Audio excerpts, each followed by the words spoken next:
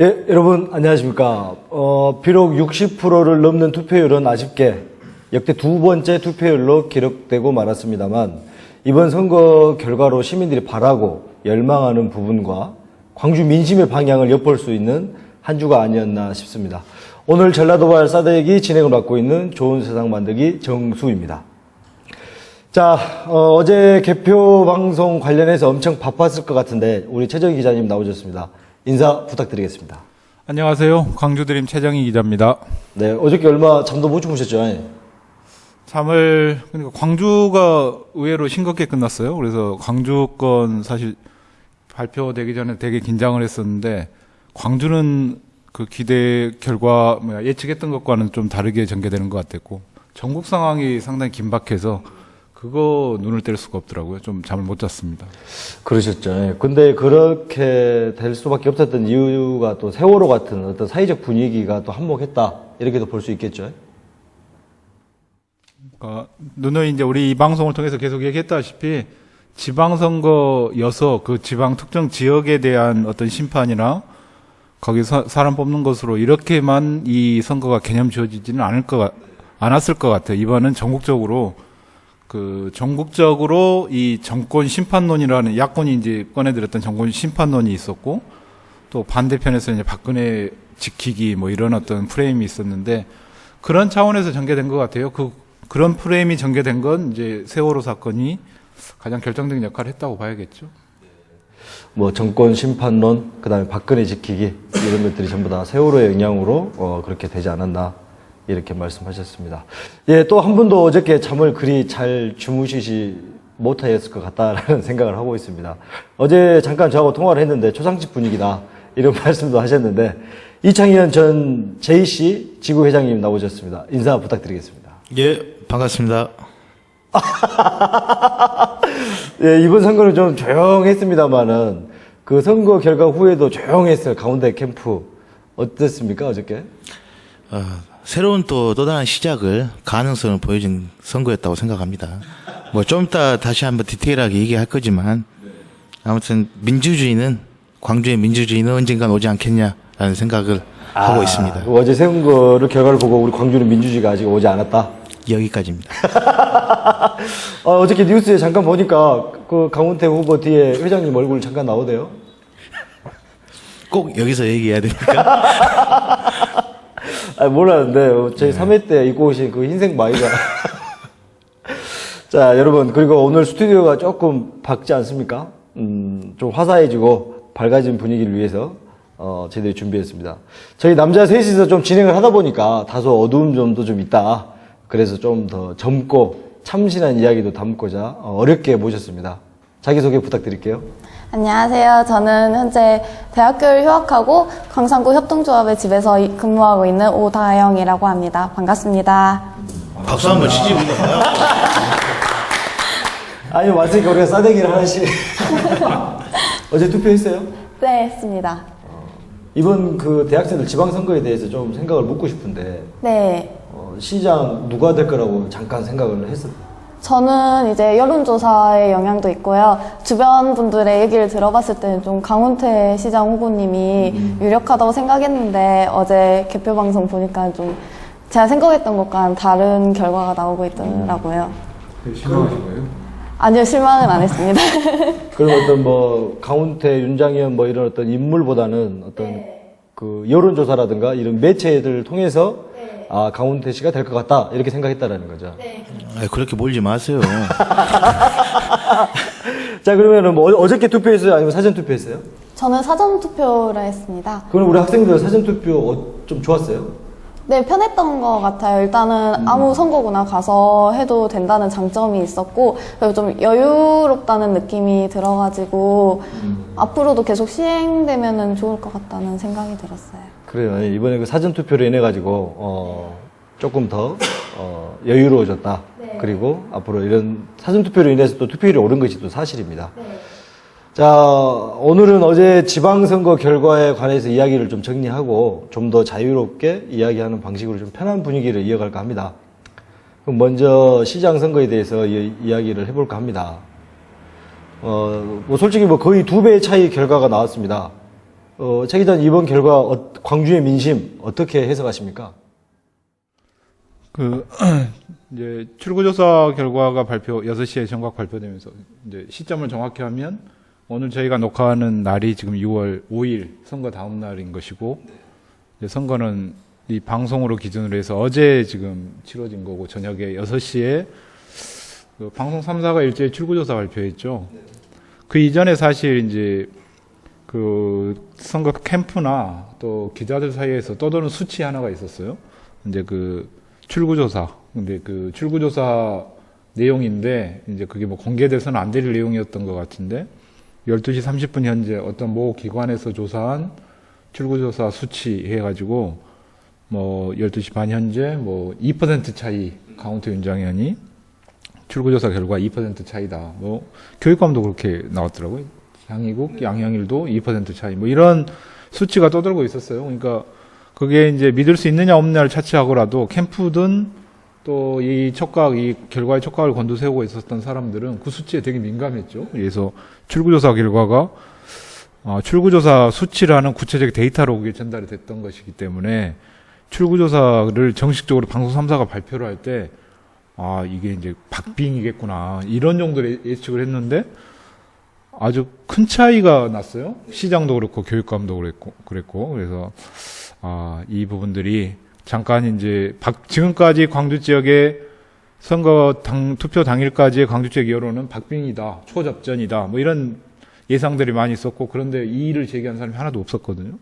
그래서 지금 그런 어찌 보면 이제 그 예측이 잘못됐거나 아니면 예측이 민심을 잘못 읽었거나 이제 둘 중에 하나인 건데 아무튼 어제 박빙이라고 예측됐었던 부분을 지금 완전히 벗어나서 어찌 보면 좀 차이가 많이 나는 이런 승부가 벌어졌는데 이 부분에 대해서 광주의 민심을 잘못 알고 잘못 읽었던 것인지 아니면 그 민심 자체를 지금 애곡하고 호도했던 것인지 이런 부분에 대한 평가들이 좀 이루어져야 되지 않는가 이런 과제가 좀 남지 않나. 네.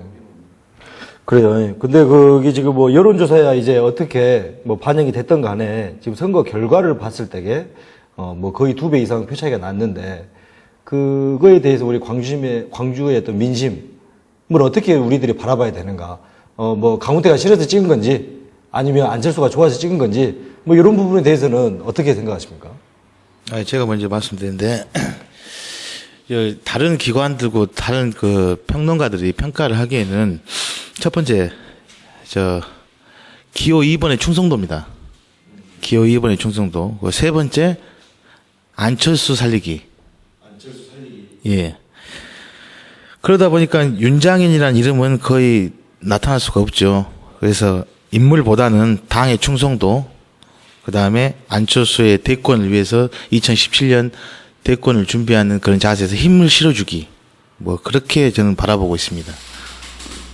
저도 뭐 그 일정 정도 동의를 하고요. 그래서 저번에 이제 계속 저희가 이 방송 통해서 이번 선거의 개념, 이번 선거의 의미를 계속 얘기를 할 때 지방선거이긴 하지만 광주 지역에 어떤 국한되어 있는 어떤 결과라든가 광주 지역에만 갇혀있는 그런 선거는 아니다. 이게 정말 전국적인 판세와 전국적인 흐름과 연관되어 있다라고 계속 말씀드렸는데 윤장현 후보가 내세웠던 것 중에 그다음에 그 윤장현 후보를 전략 공천했던 새정치민주연합이 계속 내세웠던 그 명제는 뭐였냐면 광주가 변화를 선택하고 윤장현을 선택하고 변화를 선택하고 광주가 변하면 2017년 대선에서 그 정권 교체 초석이 될 수 있다. 이제 이런 게 새정치민주연합이 윤장현을 전략 공천하면서 쭉 내세웠던 어떤. 아니, 근데 그게 있어요. 그렇게 본인 시나리오대로 그렇게 갔다라면 괜찮았을 것 같아요. 근데 지금 당에서는 비판 논의도 나오고 있습니다. 광주에 올인을 해버리니 경기 인천을 잃어버린 거예요, 지금 현재. 그래서 과연 광주에서 안철수라는 사람이 예를 들어서 민주당이 자기 사당이냐, 자기가 좋아하는 사람을 위해서 광주에만 내려가고 진직 우리가 잡아야 될 경기나 인천은 지금 날아갔잖아요.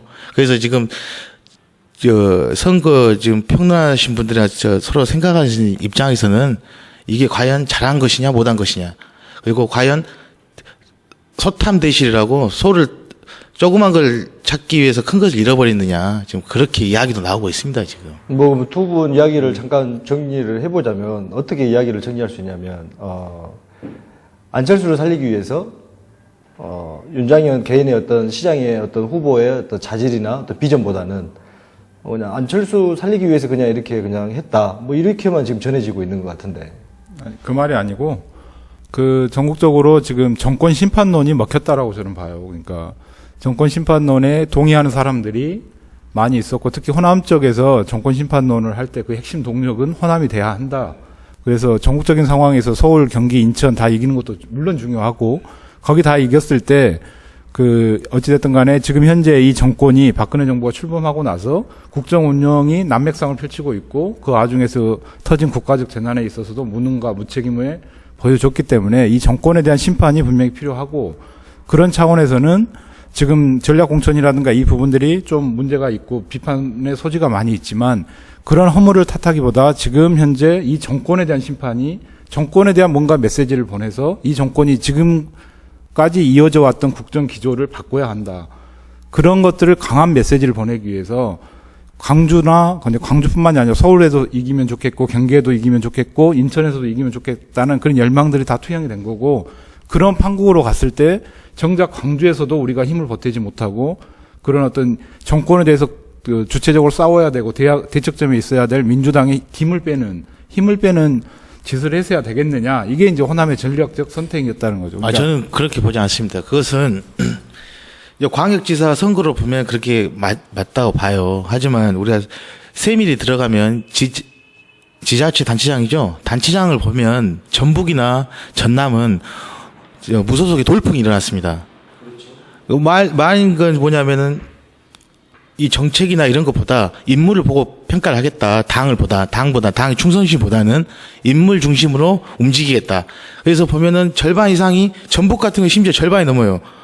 무소속 당선이. 호남도 7, 8석이 지금 왔습니다. 그러면 과연 우리 광주만 유난히 지금 당만 보고 당에 안철수의 힘을 실어준 거예요. 이쪽에서 보면. 그러면 좋게 말하면은 자, 안철수가 대선을 가고 새정치민주연합의 미래를 위해서 우리가 지지를 하자라고 말을 하겠지만 단편적으로 또 반대쪽으로 봤을 때는 이게 우리가 지금 예를 들어서 이런 말씀 드리면 참 보신 분들 기분 나쁘겠지만 우리가 뭐 공산당도 아니고 옛날에 우리가 영남 지역에 그렇게 얘기를 했지 않습니까? 왜 새누리당만 찍냐. 근데 이번에 새누리당도 보시면 알겠지만 대구, 경남, 경북은 빼고요. 부산 보면 한 30-40% 이상 득표를 했습니다. 그러면 이제 우리 호남도 바꿔주지 않아야겠냐. 호남, 전남, 전북은 바꿔지고 있습니다. 지금 현재. 근데 우리 광주만 지금 유난히 지금 이번에 너무 충성한다는 게 참 안타까운 현실이라고 생각을 합니다. 뭐 어떻게 또 보자면 그런 무소속의 비율들 그것도 어떻게 보면 정권 심판을 하자라는 어떤 그런 의중이 더 있는 거 아닐까요? 아니죠. 거기는 새정치민주연합하고 싸운 거지 않습니까? 우리 기자님 말씀대로 하자면은 새정치민주연합을 다 뽑아줘야죠. 정권을 심판하자면. 하지만 우리 위대한 우리 전남 전북 우리 도민들은 인물을 보고 인물 위주로 뽑았습니다. 우리 광주도 이제 더 이상 당 색깔을 볼 게 아니라 인물 위주로 해야 된다고 생각하고 있습니다. 그 인물이 거기가 더 나아요? 아니 그 뽑힌 무소속들이 인물이 다 나은가요? 확실히?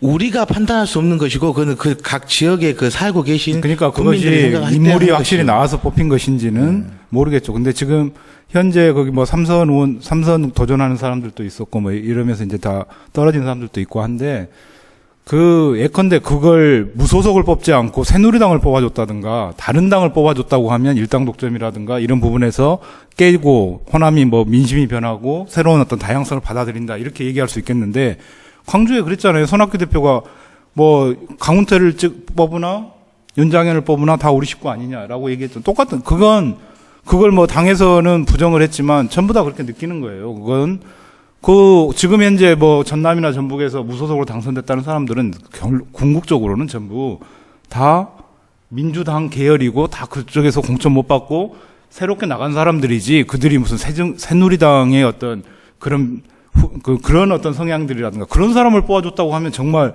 뭐 광주가 호남 민심이 변했구나 이제 이렇게 얘기할 수 있겠는데 아니, 저는 똑같은 초록 동색들이 전부 그렇게 말씀하시면 안 되고요. 저 당에서 그렇게 얘기했으면 절대 무소속도 받지 않겠다고 분명히 그 손학규 대표가 하고 그 다음에 당에서 세민연 당에서 분명히 얘기를 했습니다. 예를 들어서 그걸 받아준다면 또 세민연의 정체성에 대해서 우리가 또 다시 한번 지켜봐야 될 관점이 아니나 생각을 하고 있습니다. 그러니까 받아주네 만에 하는 얘기들은 받아준다는 말은 애초에 같은 식구였는데 지금은 불가피한 사정이 있어서 다른 데 있다는 거예요. 그래서 나중에는 같은 식구로 받아들이냐 마느냐 이런 게 나오는 건데, 그러니까 그 사람이나 이 사람이나 세민연 옷을 입었거나 안 입었거나 궁극적으로는 같은 급이라는 거예요. 같은 성향이지 무소속을 뽑고 세민연을 안 뽑았다 해서 아니죠. 여기가 다양성을 했다라고 하기에는 그렇게 말씀하신다면 공천 자체가 잘못됐단 말이죠. 그러면 애초에 국민들의 생각을 안 하고 본인들의 입맛대로 공천했단 말밖에 안 되지 않습니까? 그 말은. 그런데 공천 잘못됐다고 얘기 많이 했잖아요. 공천 광주에서 전남에서 공천하는 방식이 전략 공천 여론조사를 했잖아요. 그거 잘못됐다. 이게 민심을 못 받아들인다고 얘기 엄청나게 했잖아요. 그러니까 가장 중요한 게 그 당의 대표 안철수, 김한길이가 선택을 잘못했단 말이죠. 좀 두 분 말을 종합해보면 그랬습니다. 공천에 문제가 확실히 있다, 없다, 이런 문제는 전부터 나왔던 말인 것 같고요.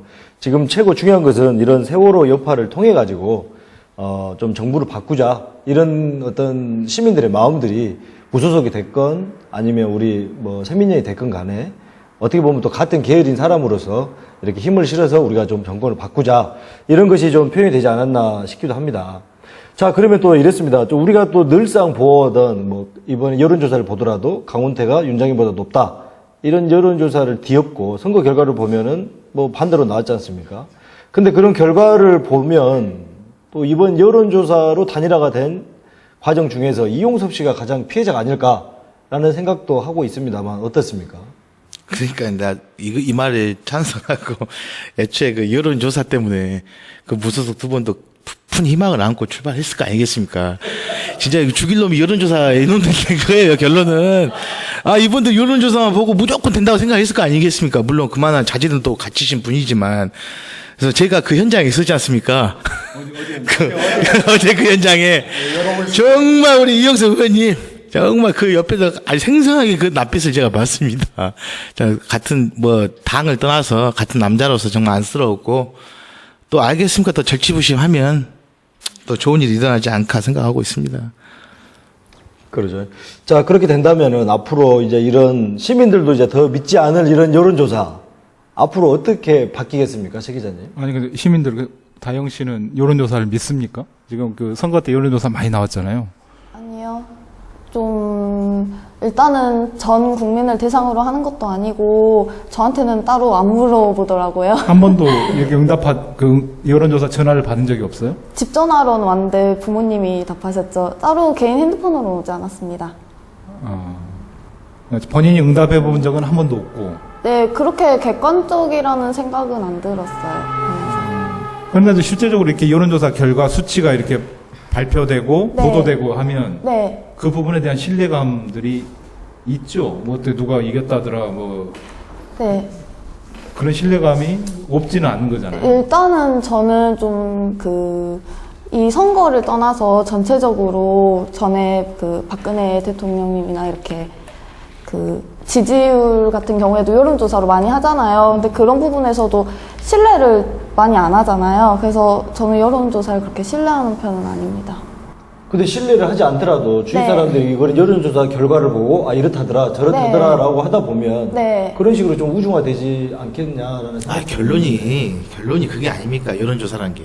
내 입맛에 맞으면 맞는 거고, 내 입맛에 안 맞으면 안 맞는 게 여론조사 아닙니까? 이번에 저도 다시 한번 그때 제가 다시 한번 죄송합니다. 여론조사라는 그 맹점을 제가 잘 몰랐던 것 같습니다. 하여튼 다시 한번 이 여론조사 한 놈도 내가 죽여버릴 거야, 진짜. 여론조사 한 사람 싸대기를 또 맞아야죠. 근데 이게 그래요. 정말 그만큼 광주가 많이 박빙이었고 또 참 씁쓸하네요. 그러니까. 계속 이 선거 끝날 때마다 계속 나오는 네. 얘기가 여론조사가 잘못되고 여론조사가 여론을 호도한다라는 네. 얘기는 역대 선거 때마다 계속 나와요. 근데 또 선거 때가 되면 여론조사가 정치를 하죠. 네. 그러니까 후보들이 어떤 본인들의 장점이나 특장을 알리기 위해서 본인의 공약이나 정책들을 내보이기도 하지만 가장 효과적으로 빠르게 시민들에게, 유권자들에게 다가가는 방식은 내가 대세다. 내가 가장 강력한 그 경쟁자, 내가 가장 그 경쟁자 중에 뛰어나다. 네. 이걸 제시하고 싶을 때 가장 객관적인 양 포장돼서 나가는 것이 여론조사죠. 여론조사에서 만약 1등을 하고 그러면 이건 내가 뽑은 게 아니라 객관적인 시민적인 어떤 객관적인 수치, 객관적인 어떤 검증된 것 같이 포장이 된단 말이에요. 그래서 여론조사는 끊임없이 진짜 악마의 유혹이에요. 이거 정치하고자 하는 사람들은. 근데 이 여론조사가 어느 정도는 맞았다고 생각을 해요. 근데 한간에 이렇게 들려오는 말이 뭐냐면, 그, 윤장현 캠프 쪽에 처음에는, 네. 정치인을 받기로 했는데, 처음에 털었답니다. 그래서 시민운동가들이 주체적으로 그 선거 캠프를 꾸렸답니다. 근데 중간에 여론조사가 안 좋으니, 그 캠프 자체를 당에게 맡겼답니다. 당에 있는 사람들이 와서 선거 캠프를 맡아주라. 그래서 지금 그러지 않습니까? 예를 들어서 강훈태 후보가 시장이 됐더라면 지금 나머지 그 광주 5개 국회의원들 자리도 위태위태하고 민주당 자체가 위태위태한 상황에서 총력적으로 안 할 수 있겠습니까, 이게. 그러다 보니까 어떤 조직들이 같이 결부가 돼서 서로 이해관계가 맞아서 잘 떨어지지 않았냐. 어떻게 생각하면 윤장현 시장, 이제 당선자죠. 당선자의 큰 요인이 그 여론조사이지 않나 싶습니다. 여론조사에 항상 뒤쳐져 있다 보니 더 계속 또 푸시를 가하고 좀 더 조직적으로 단련이 되다 보니 또 되지 않았나 싶어요. 그 여론조사가 두 가지가 있어요, 종류가. 실제적으로 내가 정말 정확히 내가 지금 어떤 정도의 그 시민들한테 인식이 되고 지지를 받는지를 정말 객관적으로 확인하고 싶을 때 하는 여론조사가 있고, 예컨대 이제 정말 죽고 사는 문제가 있죠. 공천을 받아야 되는데 여론조사를 한다든가, 이 단일화를 하는데 여론조사를 한다든가, 이것은 정말 나는 아무 작업 안 하고 나는 시민들이 원하는 대로 받아들일게요 하는 사람 하나도 없어요. 작업이 필요한 여론조사가 있고, 그런 여론조사는 작업을 해요. 근데 정말 이제 그것은 그 어떤 특정한 목적에 의해서 하는 거고, 정말 내가 후보로 나가서 선거 당일에 갔을 때 내가 시민들에게, 유권자들에게 어느 정도 지지를 받을 수 있겠는가, 이건 객관적으로 내가 알아야 되는 거잖아요. 작업 없이 진짜 내 실력과 내 수준을 정확히 알아야 되잖아. 이럴 때는 작업 안 합니다. 공표도 안 하고 본인들의 위치를 정확히 알기 위해서 하는 여론조사 끊임없이 해요. 아니, 그러면 그 작업이라고 말씀하셨는데 그 작업을 한다 안 한다 이 여부가 어떤 식으로 좀 될 수 있겠어요? 뭐 그것까지 이제 그만하시죠. 여론조사 하면. 아니, 또 우리 시청자들이 궁금해할 거예요. 작업은 나왔죠. 작업은 했건데 가장 간단한 작업이 그거잖아요. 오늘 두 사람이 단일화를 하는데 오늘 저녁에 단일화 기관 정하고 그 여론조사 기관 정하고 그 여론조사 언제 할 것인가 시기 정하고 하면 다 이 시기에 가는 전화, 이 기관한테 이 시기에 오는 전화는 단일화를 위한 전화니까, 그러면 이 전화가 언제부터 언제까지 갈 거니까 전화 대기를 해라. 내가 가동하거나 내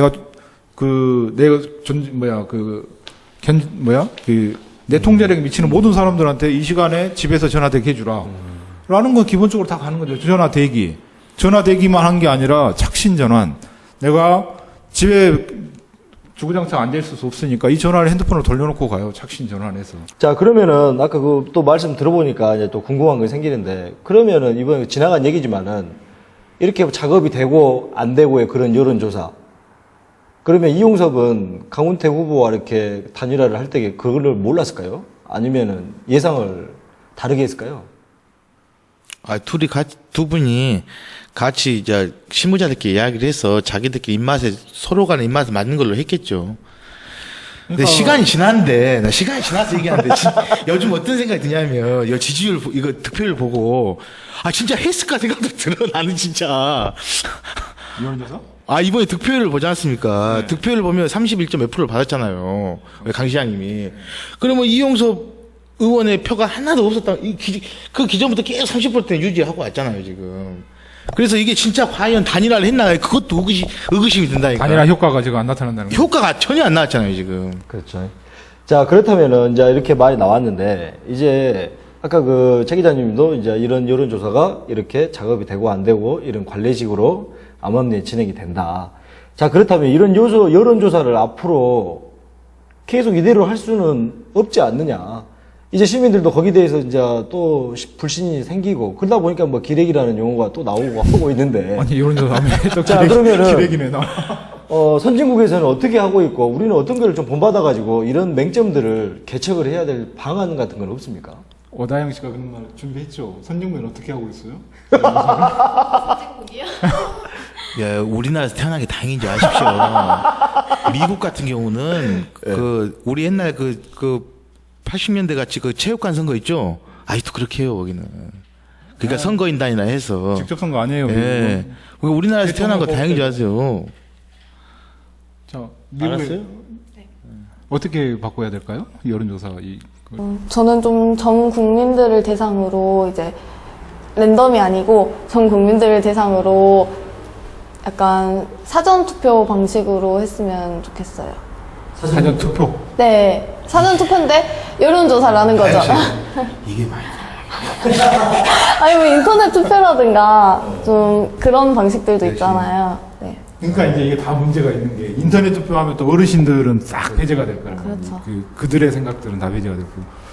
그러니까 어떤 방식을 택해도 객관적이고 공정한 것은 없는 것 같아요. 그러니까 나는 이제 최소한의 이제 공정성이라도 지켜야 하고 객관성이라도 지켜야 한다. 여론조사 그런다고 못하게 할 수는 없는 거고.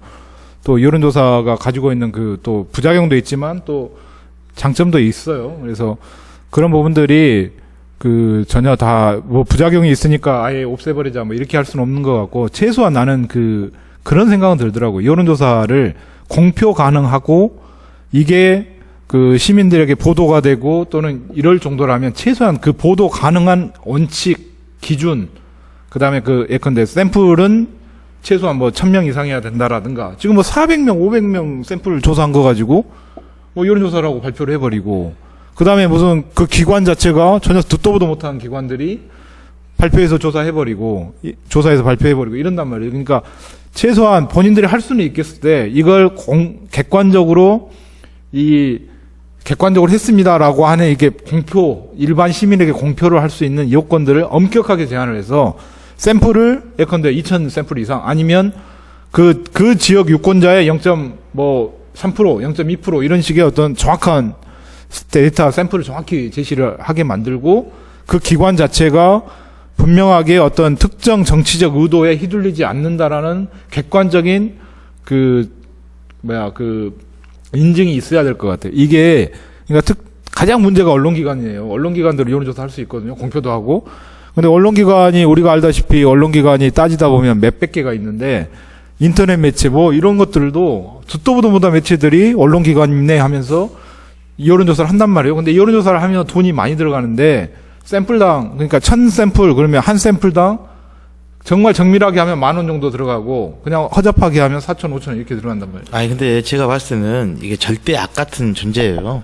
그리고 이 사람들도 뭐 안 하려고 했겠습니까만은 지금 또 어떻게 한편에 보면은 이 여론조사가 뒤집혀진 이유가 또 그 선거 앞두기 한 3, 4일 전에 뭐 예를 들어 TV 토론이라든가 뭐 이런 여러 가지 요인들 때문에 또 이것이 바뀌었다고 측은 추심을 이용해서 요즘 그래서 지금 유행하는 게 이 선거도 정서 마케팅이라고 우리 박원순 시장 같이 예.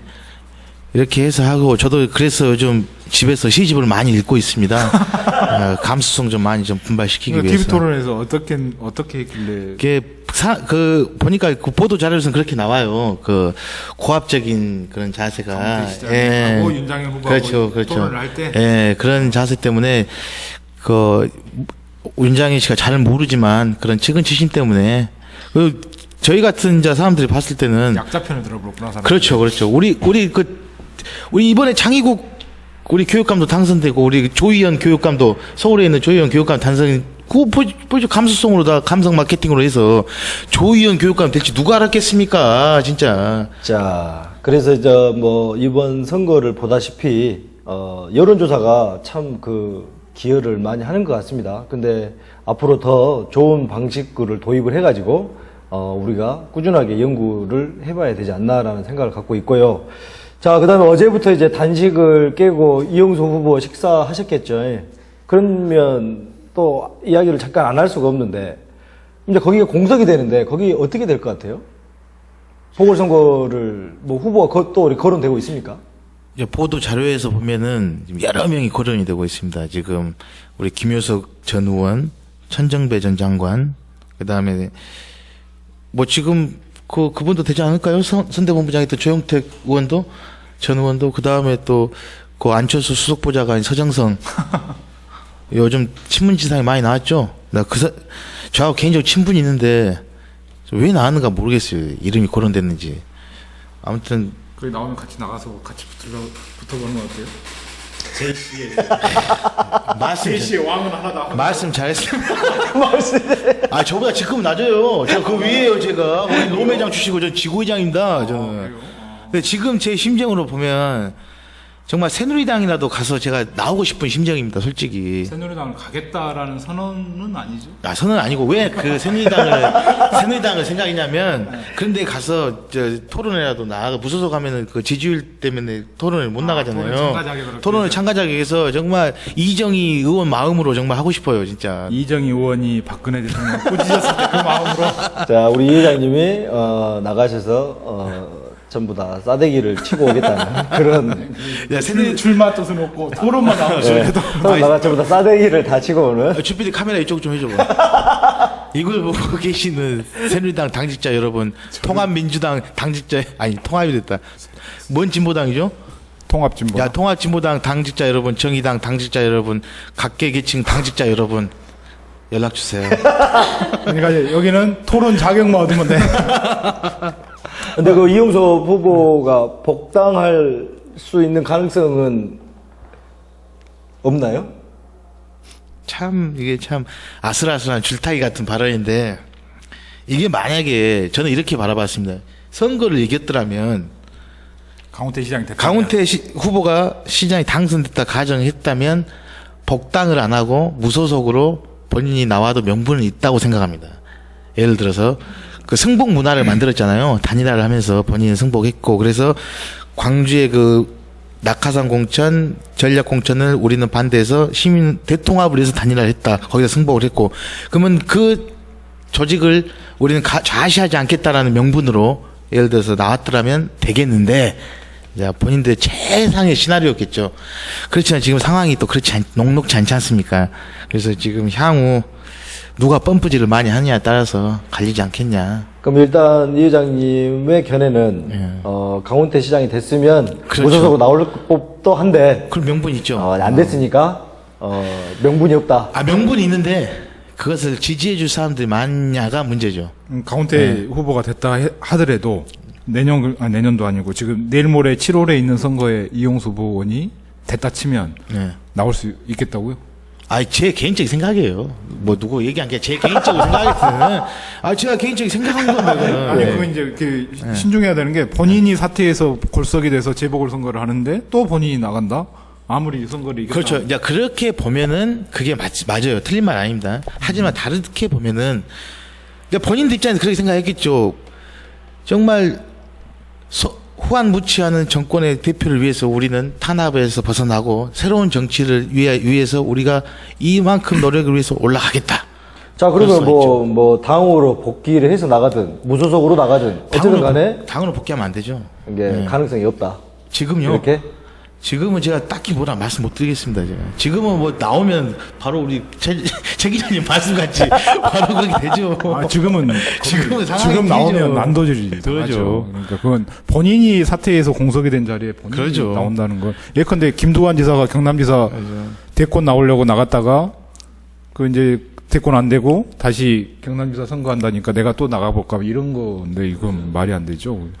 근데 오다영 씨는 이용섭 의원 알아요? 네. 어떻게 알고 있어요? 어떤 사람으로 알고 있어요? 전에 국회의원 하셨던 분 정도. 요즘은 그렇게 통해요. 단식하신 분. 왜 단식을 하신? 아, 그 이유는 네. 이게 두 사람들이 시민을 위해서 대통합을 했으니 네. 우리의 마음을 알아주라. 네. 그리고 오만방자한 새정치민주연합을 네. 꼭 그래서 어제까지 하신 건가요? 가서 그분 또 위가 안 좋으시니까 우리가 나 느리죠 이제 팬이 나 느리죠 이제. 단식하면 몸도 이렇게 힘이 없을 텐데 절을 열심히 하세요. 아니 제가 바로 옆에서 봤지 않습니까? 진짜 얼굴 사이 쏙 들어가셨더라고 이게. 내가 봐서는 그 이번 선거에 운명이 걸린 사람이 4명 있었죠, 4명. 이 선거에, 시장 선거에 운명 걸린 사람이 네. 4명 있었죠. 근데 당사자인 이제 윤장현, 강훈태. 그 다음에 이제 이 사람들의 배우로 보이는 이용섭, 안철수. 4명이 있었는데, 그 4명 중에 내가 봐서는 가장 좀 공공한 처지에 빠진 사람이 이용섭 후보인 것 그렇죠. 같아요. 그렇죠. 그러니까 강훈태 후보는 어찌됐든 간에 이제 본인이 지금 이제 그 양반은 이제 무소속으로 사실은 정치를 해왔던 사람이고, 당에 지금 입지를 가지고 해왔던, 뭐 남구에서 2번 다 무소속으로 그렇죠. 개헌했고, 뭐 민주당이나 이런 쪽과는 근본적으로 이쪽과 좀 비주류죠, 좀. 네. 주류가 아니었기 때문에, 강훈태 후보는 어찌됐든 간에 민주당의 옷이 그닥 뭐 있으나 없으나 이 양반한테는 뭐 이런 거 안 될 것 같아요. 근데 2년 뒤에 뭐 총선하면 아니, 비주류라고 하니까 우리 최용호 당선자는 어떤 마음을 갖고 했겠습니까? 본인으로 보면 정치 스승인데 어떤 마음이었을까요, 과연? 그러게요. 근데 그것은 이제 아니, 조직에서는 무조건 윤장현 그 시장 당선자를 되게 하라고 했을 때 자기의 마음은 그 고뇌가 있었을 것 같아요, 거기도. 아니면 그냥 본인 살려고 그 마음을 했겠습니까? 정치인들은 천의 얼굴을 가지고 있어야 되고, 그 속마음을 절대 들켜서는 안 되는 거죠. 그건 본인이 이제 처해 있는 상황이 당의 공천을 받은 상황이고, 당에 그렇죠. 소속된 사람인데, 그 사람은 당의 입장을 그럼 따르죠. 결론은 정치의 스승을 배제하고 본인의 갈 길 마유회를 했던 거였네요. 이제 속으로는 이제 또 물밑에서는 또 교감하고 했을 수도 있는데, 저는 2번 강도석 찍었습니다. 자, 그러면 우리 오늘 처음 나온 우리 오다영 씨는 지금 윤장현 당선자 이게 네. 시장에게 우리 젊은 층들이 바라는 게 있다면 어떤 점들이 있을까요? 젊은 층들이 바라는 점이요? 좀 이렇게 좀 바뀌었으면 좋겠다. 등록금 반값? 반갑습니다. 시장 하기 지금 등록금 얼마예요? 300이 넘죠? 한 학기에? 네. 그 학교가 제일 비싸죠, 우리 광주에서. 아니요, 조선대랑 비슷한. 아, 그래요? 네.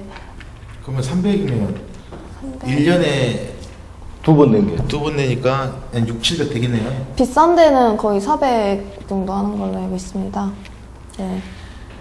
제발 이런 것 좀 해주세요. 다른 거 하지 마시고. 네, 시장님이 할 수 있으신 건가요? 시장이 할 수 있는 영역이 아니야. 아니, 본인의 그 후견인이 그래도 당에서 제일 높은 사람 아닙니까? 안 되겠네요. 세월호 할 때도 광주 오신 분이 뭘 하겠습니까? 이렇게 또 꼬아쳐요.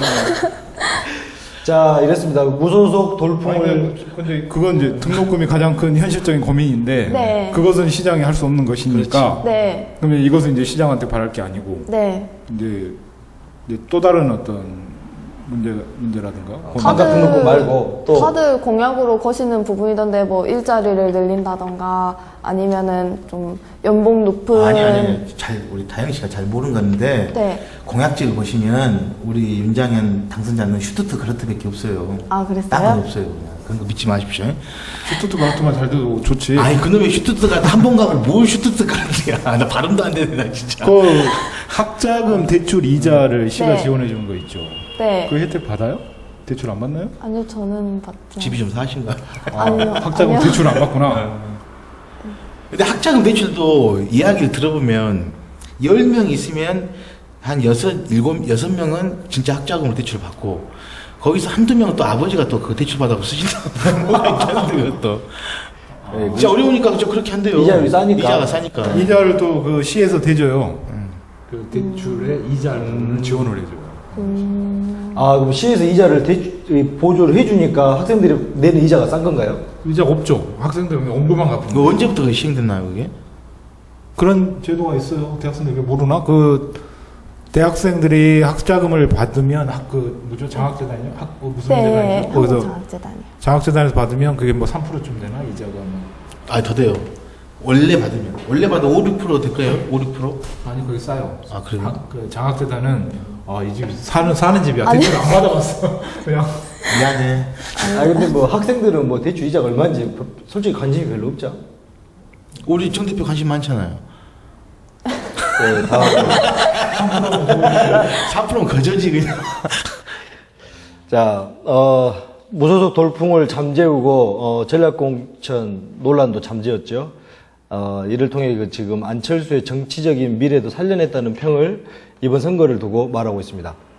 시민운동가 박원순 시장처럼 이제 시민운동가에서 행정가로 새로 거듭난 윤장현 후보 당선자에게 많은 기대를 저희들도 하고 있고 이런 젊은 친구들도 많이 하고 있으니까 화이팅! 아니, 젊은 부탁드리겠습니다. 친구들뿐만 아니라 기자님하고 좀 한 말씀 해주세요. 시장님한테 바라는 점 있으면. 왜 아니 그 가장 절실하기는 지금 전 회장님이 하셔야 될 것 같아요. 제가 딱 갈탄 윤장현 갈타 해야죠 갈타. 당선자님 뭐 본의 아니게 좀 많이 씹었습니다. 다시 한번 죄송한 말씀 드리고요. 제발 슈투트가르트 꼭 성공하시길 바라겠습니다. 감사합니다. 갈타? 아니 뭐라 뭐랬어요? 그 얘기는 우리 안 하기로 했죠. 한마디 하십시오 또. 바라는 점 있으면. 아니 뭐 제가 바라는 거 있겠어요. 그냥 저는 아니 나는 그 젊은 친구들이 뭘 바라는지가 궁금한데 지금 그러니까 이 친구 너무 잘 산 거야. 이거 바라는 게 없어. 그냥 이거 나와서 그냥 사회적 하고 나중에 그냥 샵 차려가지고 물리치료 하는 거야. 아니 병원을 잘해볼래나? 미안. 아니, 제가 이번에 그 MBC에서 시장에게 바란다라는 그런 코너가 있었어요. 예. 그래갖고 이제 나이대별로 이제 했는데 제가 30대 대표로 이제 이렇게 인터뷰를 하게 됐어요. 30대? 네. 내일 모레 40대인데.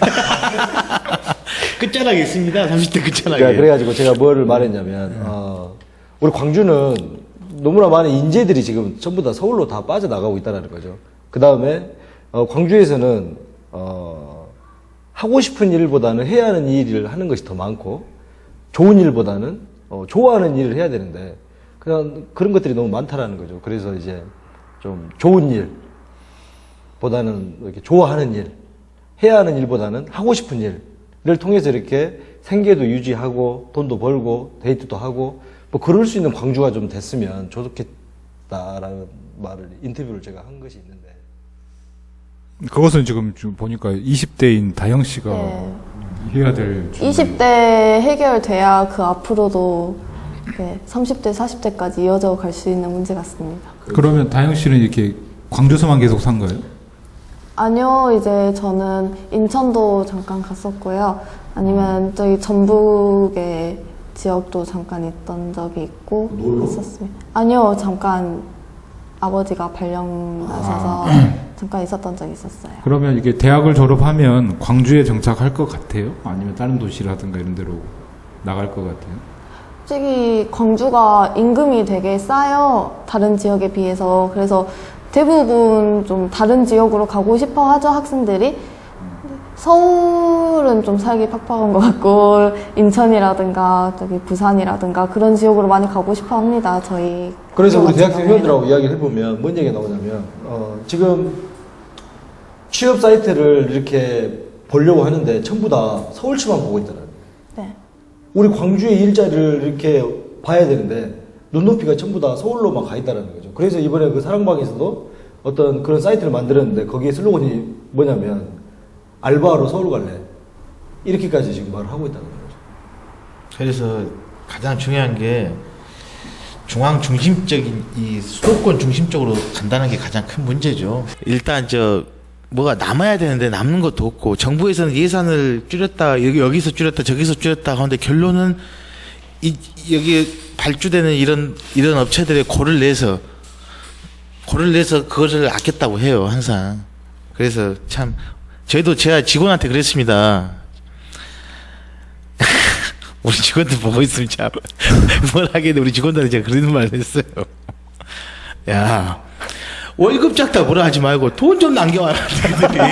너희들이 벌어와야 내가 줄 거 아니냐. 자 그러니까, 그렇기 때문에 우리 대학생들이 서울로 가지 않는가 싶습니다. 그러니까 그 광주가 저번에 2회인가 3회 때 그 광주가 수출도시다라고 얘기했죠. 네. 그래서 뭐 광공업 뭐였죠? 그 수출 1위다. 뭐 소비도시 아니다 이제 얘기했는데 그 수출이 많이 는 건 사실인데 그러니까 이제 광주 수출의 기본적인 것이 뭐 기아차, 삼성 광주전자, 금호타이어 뭐 이런 데인데 그 가장 큰 공장이 이제 기아차일 거 아니에요? 근데 기아차는 광주가 본사가 아니라 기아차 광주 공장이에요. 그러니까 여기에 대한 모든 인력 채용이라든가 심지어 여기서 무슨 공사를 한다 할지라도 이 발주를 광주 공장에서 하는 게 아니라 본사, 울산이 본사인가? 어디 현대기아차 본사에서 발주를 해서 거기서 그러니까 전국에서 이쪽에서 공사를 따가지고 여기서 공사를 하는 게 아니라 전국에서 그쪽에 본사 차원에서 공사가 발주가 되니까 다른 업체 지역의 업체들이 와가지고 여기서 공사를 하고 있고 네.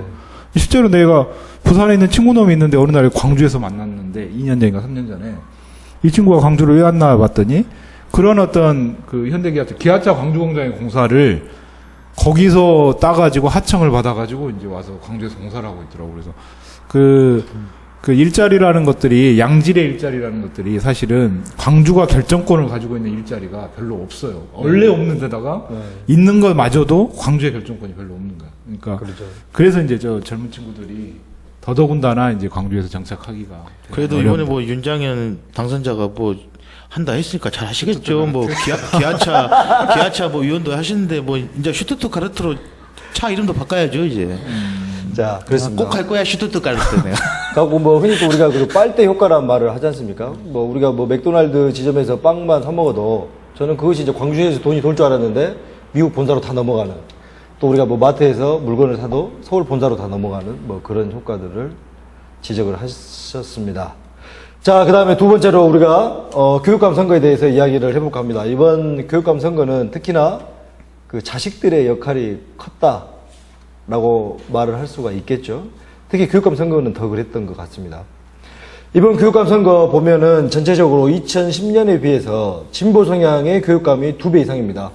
앞으로의 교육 방향에 많은 관심이 쏠리고 있는데, 더구나 광주 교육감도 이번에 진보이고 교육의 방향 어떻게 바뀔까요? 최 기자님. 똑같겠죠. 그렇지 네. 저는 이게 양영일 그 후보가 전략을 잘못 짰던 것 같아요. 저는 왜 그러냐면 이게 성적이 떨어졌다 수치로 나온다 아니다라고 하지만 결론은 공부를 잘하는 사람들은 상위 5%에서 10% 안 해요. 그 나머지들 일반적인 그 평균의 성적을 갖고 있는 학생들이죠. 그런데 그 5% 10%를 위해서 하겠다라고 이걸 슬로건을 걸고 나가니 이게 되겠냐 이 말이에요. 소수층만 개장했다. 그렇죠. 그리고 부모 입장에서도 예를 들어서 내가 물어봤어요 주변에다. 당신 누구를 뽑을래? 누구를 뽑을래? 딱 한 가지만 합니다. 엄마들은 고등학교까지 무상급식 해주는 그걸 하겠다. 그러니 당연히 옛날에 내가 얘기했듯이 내 주머니에서 돈이 안 나가는데 그거 무시를 못해요. 그게 그 고등학생들 물어봤더니 뭐 한 달에 8만 원? 8만 원, 10만 원 가량? 그러면은 그 돈을 해준다 하는데 어느 누가 안 하겠습니까? 그래서 그리고 또 장희국 교육감님이 또 나름대로 또 열심히 하셨어요. 4년 동안. 그래서 또 광주 교육도 좀 많이 바뀌었고, 그리고 또 그런 교육이 또 보고 어차피 엄마들의 그 우리가 서울에서는 앵그리맘이라고 그랬죠. 투표를. 저도 저희 와이프가 이 사람 뽑아라 해서 저도 뽑으려고 했으나 또 거기 선거팀에 우리 본부장님 우리 선배가 있어서 이렇게 했습니다. 하지만 아이고 아까 뭐 인물로 뽑아야 된다고 계속 얘기하더니 뭘 보고 이런 줄. 그게 누군지 알고 그래요. 그게 누군지 알고. 어? 그게 누군지 알고. 아니 그러니까. 여기까지입니다. 아니 그러니까 이제 인물로 뽑아야 된다. 난 했어. 안 해주니 인물로 안 뽑았네. 기자님, 제가 봐보면 오늘 거기 이 회장님께서 분도 이렇게 안 바르고 어저께 그 충격이 오늘까지 이어지지 않았나 생각을 하고 있습니다. 아니, 본인이 죄인된 심정에 속고대를 하고 있는데. 그럼 아이고 어떻게 또 알았습니까? 괜히 죄진 거 없는데 죄진 마음이에요 지금. 여기 꺼져 깔고 그래서 진짜 한 3부 1배는 뭐 해야 될 것 같은데 안 하고 얘기하고 있네. 최 기자님 어떻게 보세요? 이번 교육감 선거는 지금 이제 광주만 봐도 그렇고 이제 이번에 그 전국적으로 봤을 때 17개 특광역 시도에서 소위 말하는 진보 성향 교육감이 13곳이 됐어요. 그러니까 1기 때 6곳인가 됐는데 2배 이상 늘어났죠. 그래서 거기에 대해서 이제 다양한 해석들이 있더라고요. 그러니까 광주도 그 해석이 연장선상에 있을 것 같은데 일단은 진보 1기를 한번 경험해 본 거야. 그러니까 전체가 다 진보는 아니고 광주, 뭐 서울 광노현, 경기 김상곤, 뭐 강원 민병희, 전북 김승환, 전남 장만채 뭐 이런 진보 일기 교육감 체제를 겪어보고 이제 대구나 이쪽은 이제 보수적인 어떤 교육감 겪어봤는데 아까 방금 말했듯이 무상급식을 광주가 중학교까지 하고 있는 전국의 유일한 데라고 저번에 얘기했잖아요.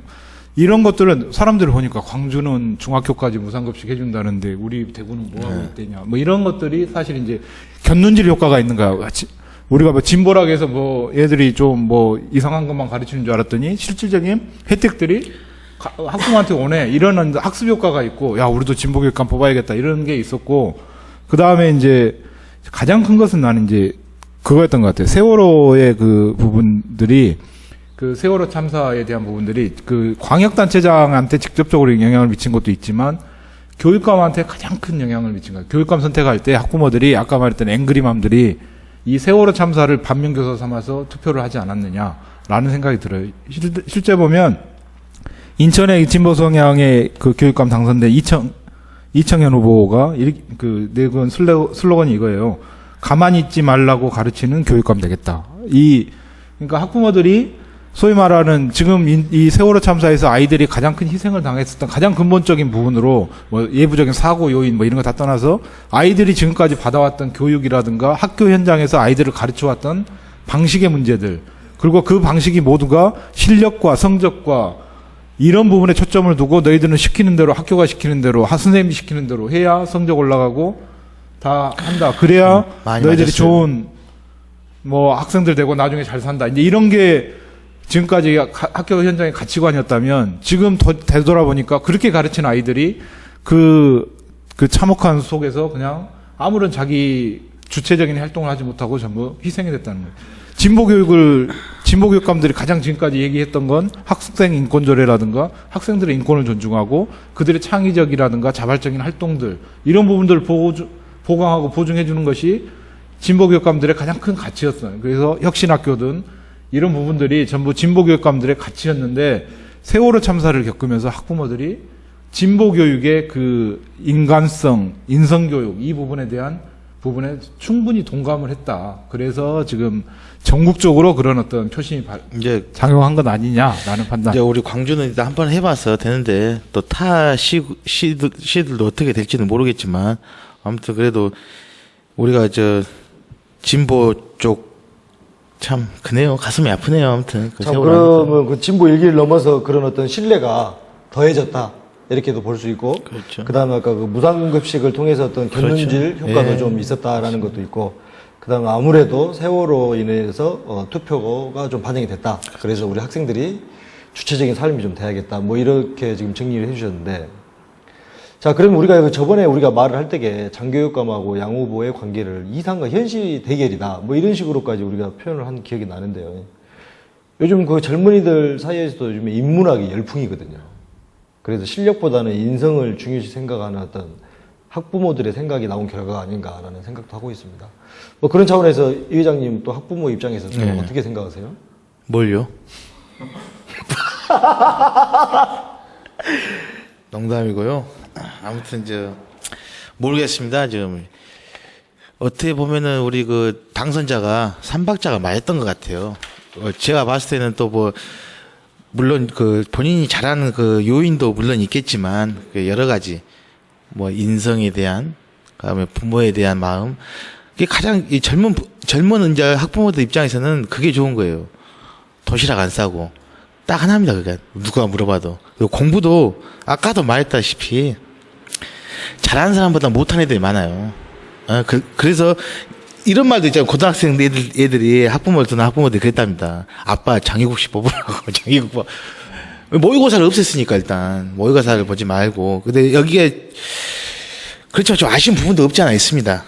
이제까지 했던 거에 다 맞지는 않겠지만 그 중에 좋은 것도 좀 골라서 빼고 또 이렇게 한다면은 또 학력으로 학교 열풍으로 이렇게 좋은 이렇게 환경에서 나오면 또 그 성과도 이루어야 되는데 또 그 성과는 언젠가 이루어지겠죠.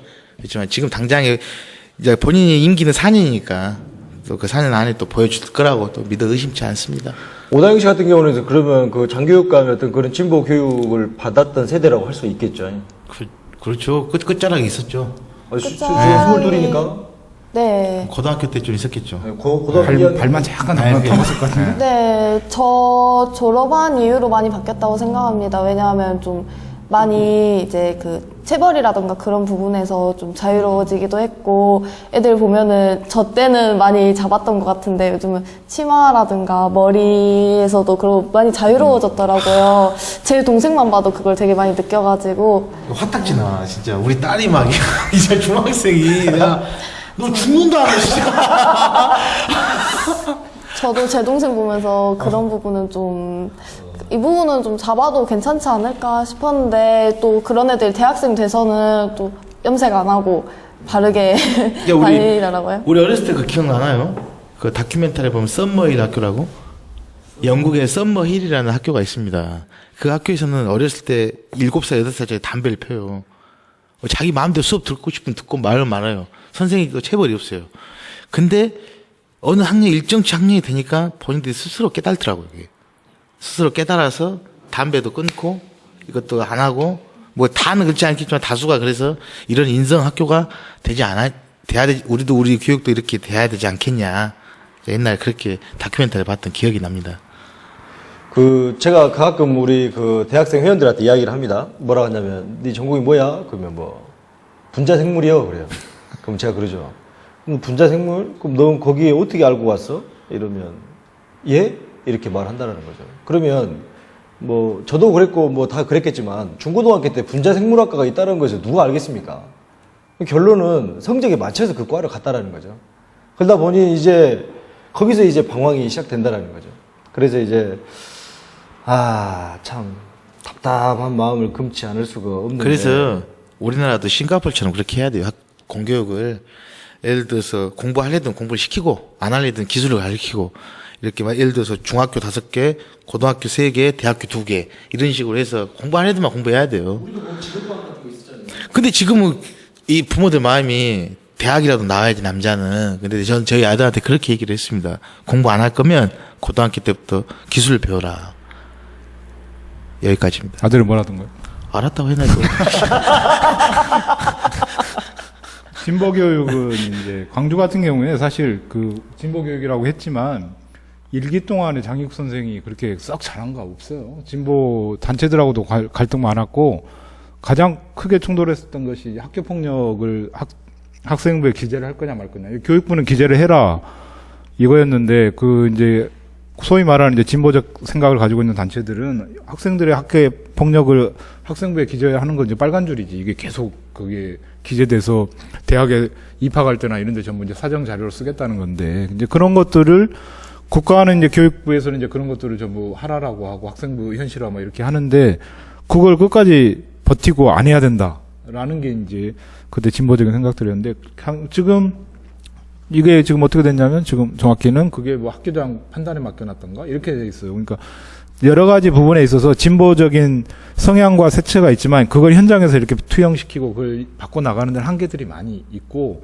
그래서 진보 교육감이라 하더라도 다른 데보다 뭐 월등히 뭐 이 색채가 강한다든가 이러기도 힘들고 또 교육을 아무리 여기서 자치한다 하더라도 국가적인 교육은 국가적인 어떤 프로그램이기 때문에 여기서 뭐 수능을 바꿀 거야, 뭘 바꿀 거야 할 수 있는 게 또 현실적으로 어려운 것도 있고 근데 어찌됐든 간에 여러 가지 현실적인 어려움과 있고 큰 틀의 부분에 있어서 뭐 불가능한 대목들도 많이 있지만 그럼에도 불구하고 한 사람의 그 교육 수장이 교육 현장에 미치는 효과, 파급력 이건 대단하더라. 그러니까 지금 광주시청 교육청에서 그 교육감 바뀌고 나서 가장 뼈저리게 공무원들이 얘기 느끼는 것은 비리로 걸리면 죽는다. 뭐 10원 한 장 받거나 비리로 걸리면 죽는다. 이건 확실하게 지금 각인이 돼요. 그럼 옛날에 많이 받았나요? 그러니까 지금은 그렇다고 하니까 옛날에 어떤지 모르겠어요. 근데 이 회장님 뭐 지금 이렇게 자녀분 키우면 촌지 같은 거 안 주십니까? 지금 세상에 어느 세상이 되지? 옛날에 안 줬나요? 과연? 뭐 지금도? 저희들 예전에 저희 동갑내기 친구들이 여자들이 결혼을 했는데 뭐 하는 말이 그러더라고요. 촌지를 어떻게 줘야 되는가에 대해서 선배 엄마들한테 막 배우기도 하고 그러더라고요. 어떻게 좋았는데요? 저도 거기까지만 또 듣고 나중에 또 명예훼손 들어가니까 여기까지. 그건 제가 방송 끝나고 얘기해 드릴게요. 근데 또, 뭐, 최 기자님 말씀 중에, 그러면은, 아니, 미성년자 때 이렇게 뭐 사고 치고 실수한 것들이 전과 기록처럼 계속 남아서, 그럼 지금도 이렇게 대학교까지 이렇게 그런 것들이 이어진다는 건가요? 그리고 우리 그 학생부 있잖아요. 그 옛날에 뭐죠 TV 프로그램 중에 꽃피나무? 아니 뭐 있죠. 그 옛날에 우리들의 정보. 어렸을 때 누구 인연을 찾아내 가지고 추적에 찾는 TV는 사랑을 싣고. TV는 사랑을 예. 이건가? 걔네들 찾을 때 제일 먼저 가서 그 소재파 갈 때 네. 제일 먼저 보는 게 그거더구만. 그 학교 걔가 다녔던 학교 가가지고 학생부 딱 비치잖아요. 그러면 성적 나오고 거기 뭐 행동 발달 사항에 뭐 케어했음, 명랑했음 뭐. 근데 뭐 그런 것만 나오지 뭐 정학을 당했다든지. 근데 당하죠. 그런 내용들 없잖아요. 그런데 그게 기록을 하라는 게 정부의 방침이랍니다. 학교 폭력에 있어서 이제 학교 폭력이 한참 문제가 되기도 하고 학교 폭력 때문에 시달려서 죽은 애들 뭐 이렇게 희생당한 애들도 있고 할 때 그러니까 그때는 이제 학교 폭력을 막는다는 게 가장 최상의 가치가 되고 그러니까 가해자를 어떻게 중하게 처벌을 하고 가해자한테 응징을 할 것이냐 여기에만 초점을 맞춰서 걔들이 얘가 학교 폭력을 어떤 몇 년 몇 월 며칠에 학교 폭력과 관련된 어떤 불미스러운 일이 있었다. 이걸 기재를 하자는 거. 그러니까 가해자적 입장에서 이제 가해자를 응징하는 효과를 그걸 하는 건데 그게 거기에 남는다고 생각되는 건 그 사람을 평생 이제 학교 폭력의 가해자로 거기다가 기록을 하는 거고 우리 이제 형사범 같이 이렇게 아니 그런 가해자들이 안 나오게 하는 교육이라든가 환경을 조성해야지 어떻게 그거를 적기만 한다고 우리나라 지금 정부가 교육부가 지금 그런 식으로 학교 폭력 얘기하면 끝도 없으니까. 만약 근당해 보면 넘어가시죠. 유 회장님이나 저 같은 사람들을 어떻게 삽니까? 왜 저를 가서 그래요? 에이 저 이상하게 분이네 저분. 한번 주필 한번 학생부 한번 나는 딱 하나 나와. 성격은 캐하나 정서가 산만하다. 한번 띄워줘. 근데 우리 때는 그런 기록이 없으니까 우리는 상관없죠. 우리 때가 더 심했죠 기록이. 뭐 정학 맞고 뭐 이런 거 다 그때는 선생한테 몇 대 맞고 정됐죠. 학교 다닐 때. 몰라 선생님 몰래 기록해놨어. 그때는 또 인정이 있었어요 선생님들이. 근데 지금은 감당하기 어려우니까 그런데 다 쓴 것 같아요. 왜냐하면 요즘 이 의무교육 중학교까지 의무교육이지 않습니까? 그러다 보니까 자퇴를 못 시켜요. 그래서 애들이 전학을 가든가 이렇게 해야 돼요. 그러다 보니까 선생님이 통제를 못 해요. 근데 문제는 뭐냐? 얘네들이 아는 거예요 그거를. 이 중학생들이. 그래서 요즘 중이병 하지 않습니까? 그렇죠. 여기까지입니다. 자 그러면 이번 세월호 참사로 뿔난 표심들이 진보 진영의 교육감을 선택했다 이렇게 보셔도 무방할 것 같다라는 생각이고요. 광주 전남 진보 성향의 교육감이 모두 재선에 성공하면서 이들이 추진했던 혁신학교라든지 보편적 교육 복지, 그 다음에 진보 교육 이런 정책들이 어떻게 뿌리내릴 것인가에 대해서 우리가 지켜볼 필요가 있다라는 생각을 하고 있습니다. 자, 이제 마지막으로 우리가 지방을에 관해서 이제 이야기를 하고 마무리를 할까 합니다. 요즘에 지방의원 보면은 또 특정당이 다 이렇게 독점을 했다가 해도 과언이 아닌데요. 특히나 광역의원들이 이렇게 독점이 되는 이런 특정 당들이 이런 좋은 점도 물론 있겠지만은 문제점 어떤 것이 있겠어요? 최 기자님? 그러니까 이제 일단 광주 쪽 지방선거 당선자들을 보니까 광주시 의원 같은 경우에 전체 의원이 이제 지역구가 19명, 그 다음에 비례대표 3명에서 22명인데, 그러니까 직접 뽑는 사람이 19명이고, 이제 정당 투표에서 정당의 득표율에 따라서 배정하는 게 이제 3명인데, 직접 뽑는 19명은 전부 새정치민주연합의 공천을 받은, 아까 회장님 말씀하셨던 기호 2번.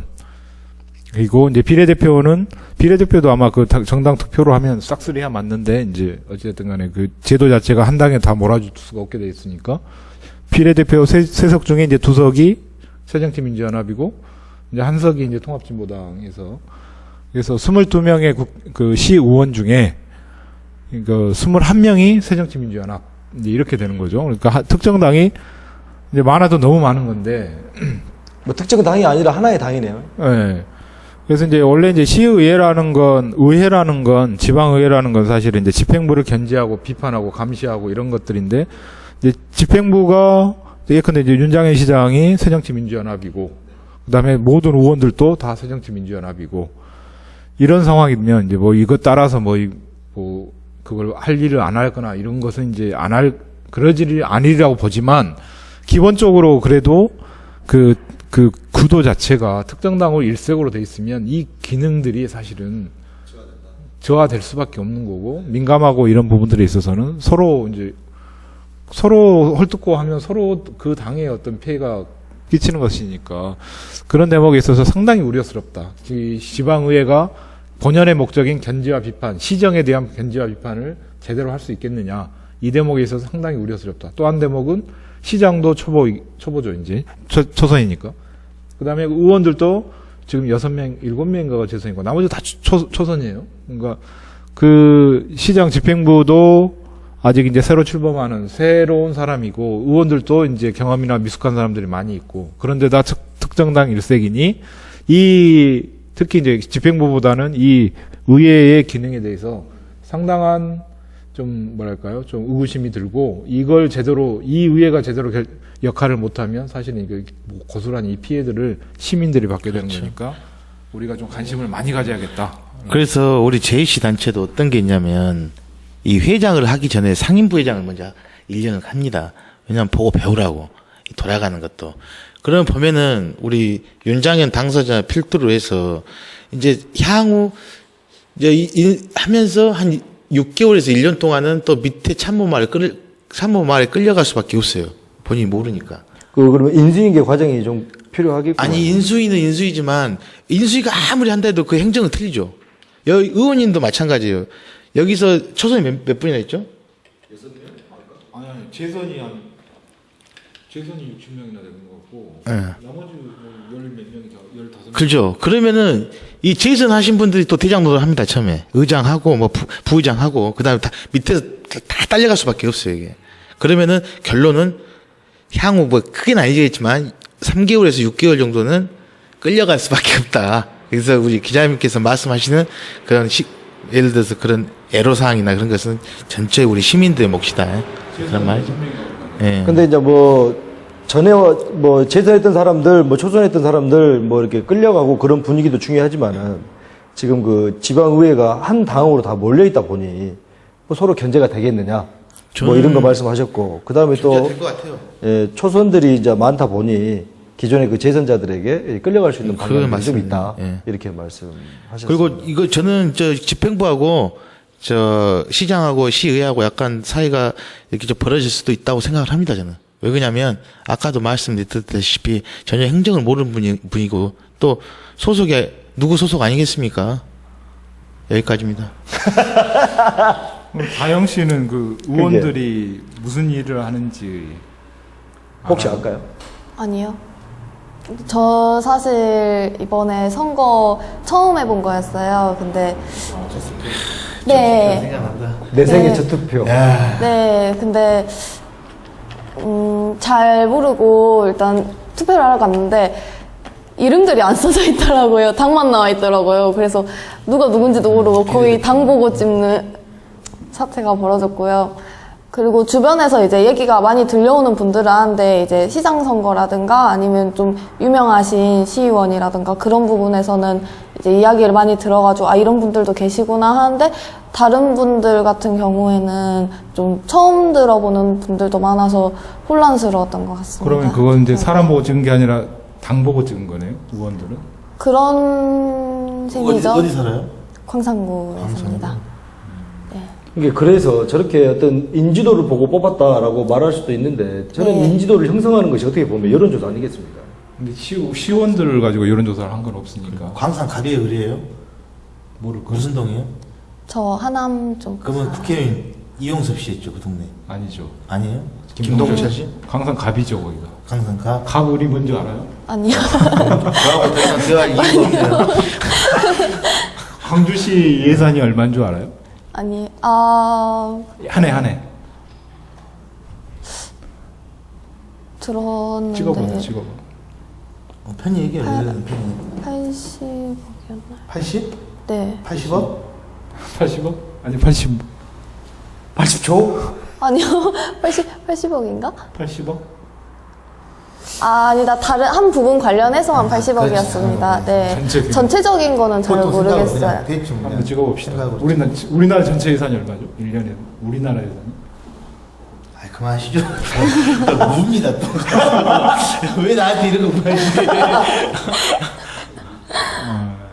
광주시 예산이 네. 3조예요, 3조. 야, 아. 3조 2천억 좀 되는데 이제 그 의원들이 뭘 하느냐를 지금 얘기를 네. 하고 이제 젊은 사람들이 알아야 되는 대목들이 네. 그러니까 이 19명, 22명의 시의원들, 이제 여기는 시의원이고, 이제 각 구청에 가면 또 구의원들도 따로 있죠. 네. 동구 가면 동구의원들이 있고, 북구 가면 북구의원들이 있는데, 이 사람들이 뭐를 하는지, 그리고 저 22명이나 거느리면서 저기 임금으로 이제 의원들이 연봉이 아마 6천쯤 될 텐데, 연봉이 7천쯤 될 텐데, 그 22명 운영을 하면서 그 비싼 돈 줘가면서 저들을 운영하는 이유가 뭐냐? 네. 라는 것이죠. 그러니까 가장 핵심이 이제 예산, 3조 2천억에 대한 예산을 시장이 이제 짜긴 하겠죠. 나 여기 3조 2천억을 어디에 네. 어떻게 쓰고 어디에 어떻게 쓰고 도로 하나 놓자 뭐 할 수 네. 있는데 그걸 시장이 짜도 그걸 의회에서 승인해주지 않으면 절대 불가해요. 이건 할 수가 없는. 그러니까 우리 정부하고 국회 얘기를 해보면 돼. 국무총리를 아무리 임명을 해도 네. 의회에서 국회에서 동의 안 해줘 버리면 그냥 그 사람은 그 장관 그 역할을 못 하잖아요. 예산도 마찬가지고. 그래서 3조를 다루는데 나는 이제 그 의원 한 명이 네. 연봉 1억을 줘도 아깝지 않다라는 사례들을 봤어요. 그러니까 네. 그 시에서 뭔가를 정말 그 불필요한 예산 이건 뭐 정말 선심성을 해도 되고 안 해도 되는 사업들을 하는데 그냥 시장의 어떤 정치적 자기 이해라든가 이런 쪽에서 결정이 나서 할 수도 있어요. 근데 네. 그걸 의원이 못하게 막잖아요. 그 네. 사업이 만약에 뭐 몇천억짜리, 7천억짜리다. 근데 그걸 못하게 막았다. 그래서 그 사업이 실제로 집행되지 않고 해도 되고 안 돼도 되는 그 사업을 거기다 쓰지 않고 다른 데다 썼다. 네. 라고 하면 의원 한 명을 연봉 6천을 주고 1년에 6천만 원을 주고 운영을 하면서 7천억짜리 공사를 막을 수 있거나 할 수 있는 사례들이 비일비재하죠. 그러니까 의원 한 명이 똑똑하면 그 자기 이상의 엄청난 일들을 할 수 있더라고요. 그래서 이 사람들이 대단히 중요한 사람들인데. 아, 근데 또 딜레마가 뭐냐면 이 사람들도 재선을 해야 될 거 아닙니까? 재선을 목표로 초선을 하겠죠. 그러면 자기 동네에다가도 자기가 뭔가 내세워야 되는데 그러다 보면 결국 타협할 수밖에 없는 것이고. 그래서 저번 시간에 우리가 말했잖아요. 그 시의원들이 시장을 견제해야 되는데 자기 지역구 챙기려고 하다 보니까 잘 보일 수밖에 없는 현실들. 그것이 참 세상에 그래요. 아까 그 갑과 을에 대해서 한번 얘기해 주시면 안 되나요? 아, 지역구를 갑을로 나누는 거죠. 광산구가 이렇게 있잖아요. 네. 반통 나눠서 여기는 광산갑. 인구가 지금 15만입니까? 국회의원이? 인구 그 상한선이 있어요. 네. 그 상한선에 나눠서 이 광산구는 크니까 반반이 되는 건가요? 두 석이 나온 거예요. 30만인가. 아무튼 그래서 네. 어떤 데는 뭐 담양 아니 한평 영광 뭐 이렇게 해서 인구수 맞춰서 4개를 맞춰서 하나. 그래서 우리가 항상 저 새누리당하고 진 이유가 네. 인구 차이입니다. 인구 차이. 경상 영남 지역하고 호남 지역하고 인구가 네. 너무 차이가 나니 그래서 결론이 수도권에서 이겨야 네. 전국을 이제 운영할 수 있다. 그래서 이번에 안철수가 광주로 와서 경기 인천을 뺏겼다.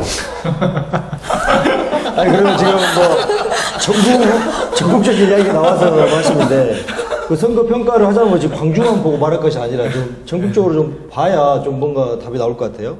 최 기자님 그거 좀 설명 좀 부탁드릴게요.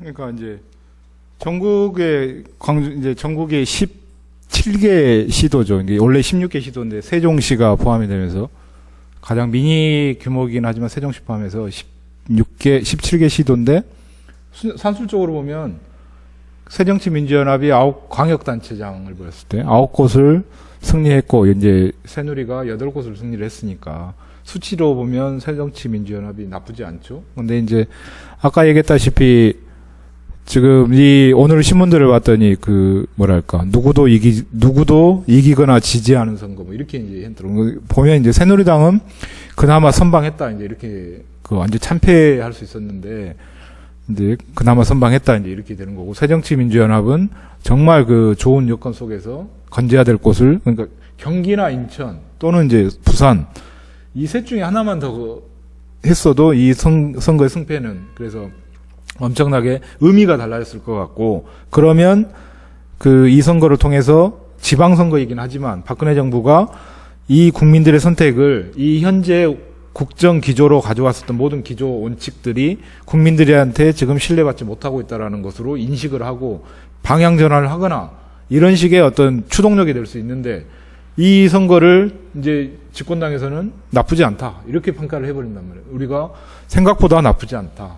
그게 이제 경기 인천을 지켰다 수도권에서 이제 이렇게 되는 건데. 그렇죠. 결론은 그렇습니다. 뭐 전남, 광주, 전북, 충북, 충남, 경북, 경남, 부산, 강원, 경기, 인천, 서울, 세종까지요. 이렇게 있지만 결론은 새정치민주연합이나 새누리당이나 원한 것은 수도권입니다. 서울, 경기, 인천 이 세 곳을 누가 먹냐? 왜냐하면 우리나라 인구의 3분의 2가 몰려 있으니까 당연히 그렇지 않겠습니까? 아까도 얘기했지만 결론은 라이언 구하기도 윤장현 구하기 하다가 인천 경기를 내줬다. 이제 또 달리 해석하는 대목도 있어요. 이제 그 전국적인 판세에 있어서 그 여론의 민심의 바로미터라고 하는 데가 이제 충청권이거든요. 중부권인데 거기가 이제 4개죠. 충남, 충북, 대전, 세종.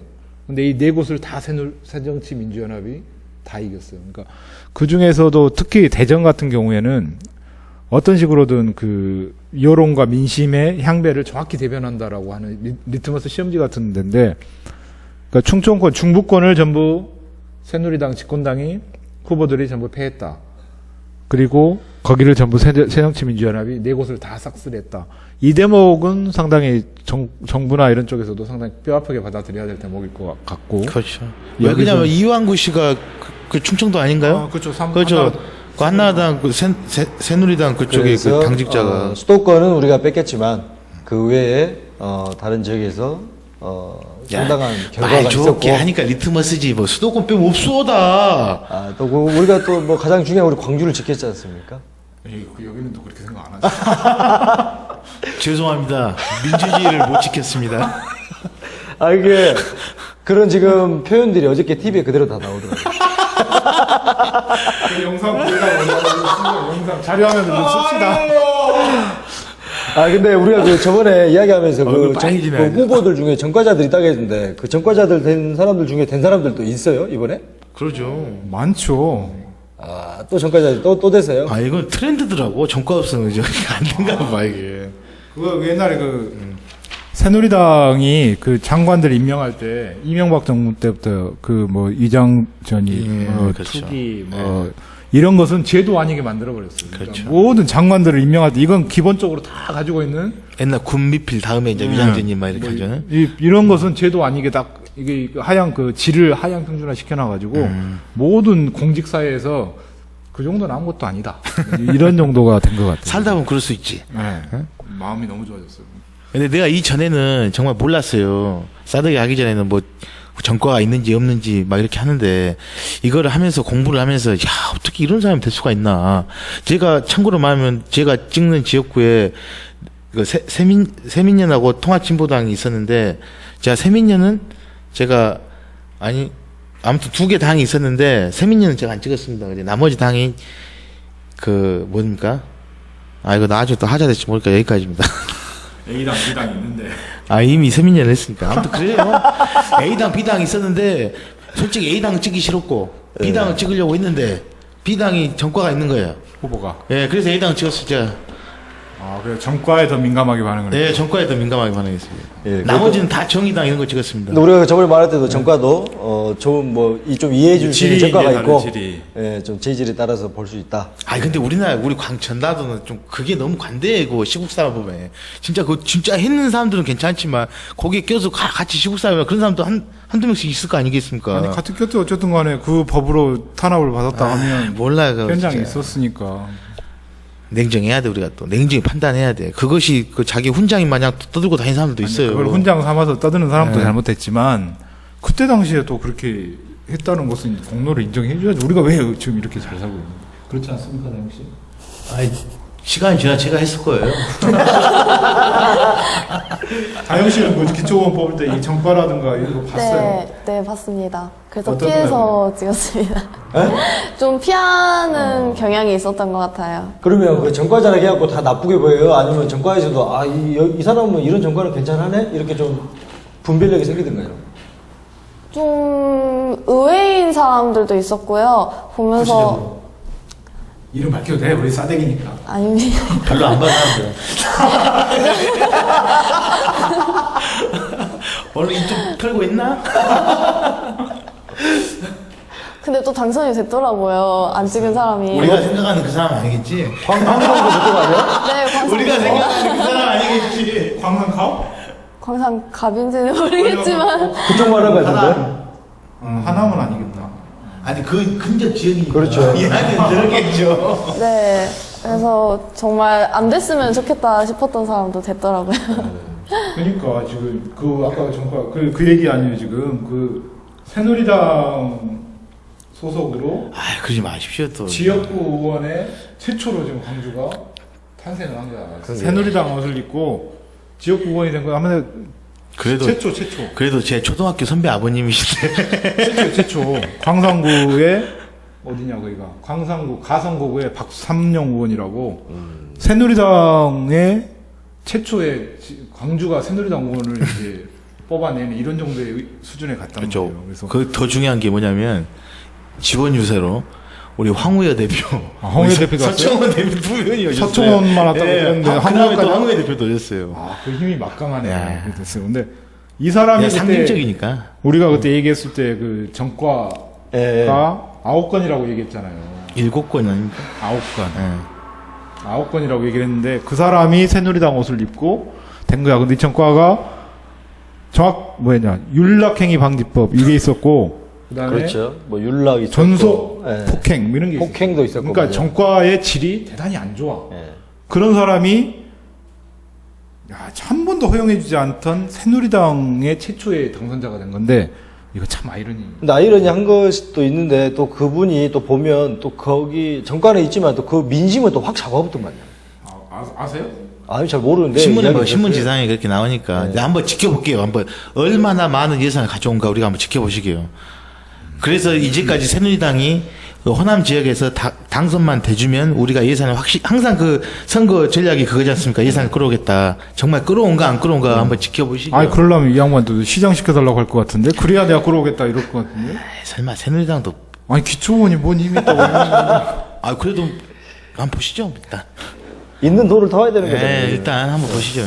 자, 이제 그렇습니다. 윤장현 당선인은 오늘 그 5.18 기념관에 방문해서 방명록에 이렇게 글을 쓰셨다고 합니다. 위대한 강주의 선택, 님들의 명령입니다. 위대한 시민정신 받들어 당당한 광주 만들겠습니다. 라는 방명록에다 글을 썼다고 하는데요. 광주의 선택이 헛되이 되지 않도록 앞으로 더 노력해 주시고 힘써 주시면 감사하겠습니다. 이로써 전라도발 싸대기를 마치고요. 저번 우리가 그 3회 때 투표 동료 캠페인을 했습니다. 그래서 저희들이 이번 방송에서 추첨을 통해서 발표하도록 하고요. 그 다음에 그 좋은 세상 만들기 페이지에다가 인증사실 올려주면 저희들이 이렇게 경품도 드린다고 했는데 페이지에 그 사진 올리는 과정에서 보일 때도 있고 안 보일 때도 있고 그런 좀 오류가 좀 생겼나 봐요. 그래서 그 페이지 관리자 모두 보면 본 횟수가 나오거든요. 본 횟수는 한 750명이 넘는데 그래도 그렇게 막 안 돼도 이렇게 사진을 올려주시는 분들이 한 30분 이상은 되더라고요. 예, 그럼 저희들이 공정하게 방송을 통해서 발표하도록 하겠습니다. 지금 3등 10명을 뽑겠습니다.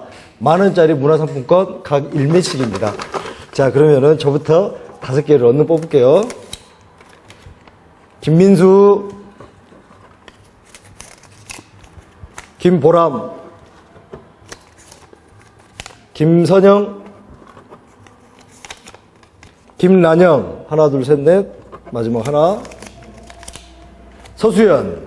자, 만원짜리 상품권 받으실 5명을 뽑아주십시오. 저도 5개를 뽑겠습니다. 네. 김재길. 내가 아는 사람인가?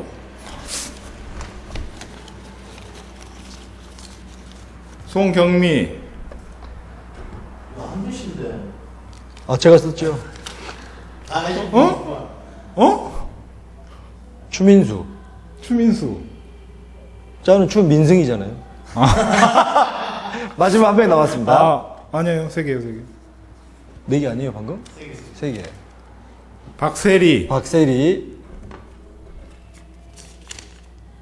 와, 이름 좋다. 조국화. 조국화 축하드립니다. 나머지 이제 이 회장님께서 뽑아주신 5명은 5만 원짜리 문화상품권입니다. 대박이네, 대박. 하리마. 몇 장 없어. 현아. 김현, 네, 3분 남으셨습니다. 현민아. 2분 남으셨죠, 이제? 아, 2장 그냥 뽑아 그냥. 수은아. 뭐 나보다 나이 많으면 어떡하죠? 아유, 내가 아시는 강수훈 회장님 계시는데. 자, 마지막 한 번 부탁드리겠습니다. 효정아. 축하해요. 축하합니다. 자, 이제 1위 10만 원짜리 문화상품권 2명입니다. 뽑아주세요.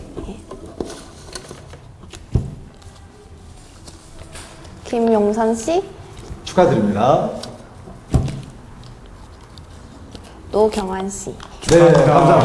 감사합니다. 자, 이로써 저희들 싸대기발 오늘 4회째 방송을 마치고요. 사대기발? 전라도발 싸대기. 자, 이제 다음에 또 새로운 모습으로 뵙도록 하겠습니다. 자, 우리 다 구호하시죠? 전라도발 싸대기 하겠습니다. 전라도발 싸대기!